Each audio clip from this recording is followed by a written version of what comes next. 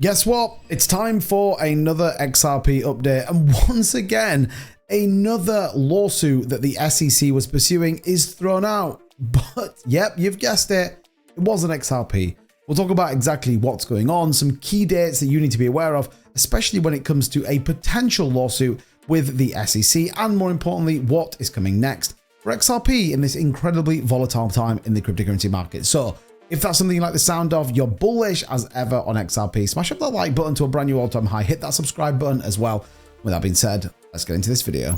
Okay, so you may or may not believe this, but HEX or Pulse Chain has now been thrown out by the SEC. Richard Hart, you may have well known him, the man that liked to flex a huge amount of money. Well, this case is now dismissed. Very interesting indeed. It says here, Richard Hart, associated with the cryptocurrency project Pulse Chain, PulseX and HEX, has seen significant legal developments in his case against the SEC. Reports on social media indicate that a motion to dismiss filed by Hart was granted by the court, citing reasons including lack of personal jurisdiction and failure to state a claim under federal rules. This ruling, if accurate, dismisses certain claims by the SEC, but does not necessarily conclude the legal proceedings entirely. So he can still be sued, I think is the reality, and he can still be prosecuted legally. However, the case from the SEC standpoint has been thrown out. It's insane to me that we are still debating that the case against XRP is still ongoing. Now, obviously that one has a significant amount of weight behind it, and for me, fundamentally will shift the narrative around the SEC. So where are we at with the XRP case? When is it going to be finally done, and what more is coming? Well, let's talk about some key dates, and more importantly, kind of what's happened. Look at this. US Securities and Exchange Commission has unexpectedly withdrawn lawsuits against Coinbase, Consensus, Gemini, HEX, and many more. And meanwhile, the case against Binance has actually been suspended now for a further 60 days. The developments have sparked speculation that a new phase of a long-standing legal battle between Ripple and the SEC could well be over as well. Now, despite positivity, the market has been incredibly volatile. We've seen Bitcoin drop as low as 78K. XRP, unfortunately, is not immune to that, dropping about 10% on the back of further tariffs and obviously all the stuff going on with the Ukraine. Now, let's talk about key dates for Ripple. Well, here we go. March 14th, where Jeremy Hogan has highlighted, as well as April 11th and May the 1st, are critical dates for the Ripple SEC case. Why? Well, these are moments in time in which the expectation of the lawsuits are done, or where we've delayed certain aspects could be coming to it. Now, either one of these dates could see a resolution. Equally, we could obviously see this case thrown out before we get to there.